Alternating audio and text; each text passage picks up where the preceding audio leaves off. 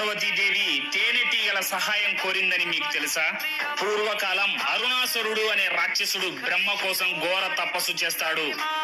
2 కాళ్ళు లేదా 4 కాళ్ళు ఉన్న జీవి వల్ల కానీ మరే ఆయుధంతో కానీ మరణం అనేది రాకూడదని వరం పొందుతాడు. ఈ వరంతో అరుణాసురుడు దేవతలను చిత్రహింసలకు గురి చేస్తాడు.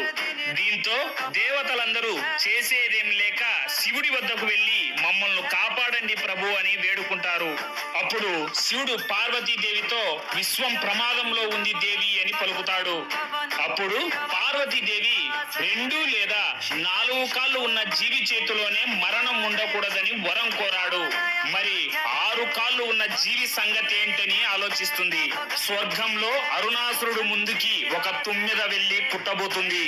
నన్ను చంపడానికి శంకరుడు ఈ తుమ్మెదను పంపాడా అని నవ్వి ఆ తుమ్మెదను నలిపేస్తాడు. ఒక్కసారి కమ్ముకొని పెద్ద నల్లటి మొబ్బు అరుణాసురుడి వైపు దూసుకొస్తుంది. ఏంటా అని చూస్తే కొన్ని లక్షల తేనెటీగల తుమ్మెదల సమూహం అరుణాసురుడిని కప్పేస్తాయి. అవి కుట్టడంతో ఆ నొప్పి భరించలేక అరుణాసురుడు చనిపోతాడు. భ్రమర అంటే తుమ్మెద. అలా అమ్మవారు తుమ్మెద రూపంలో రాక్షసుడిని చంపి భ్రమరాంబిక అయింది.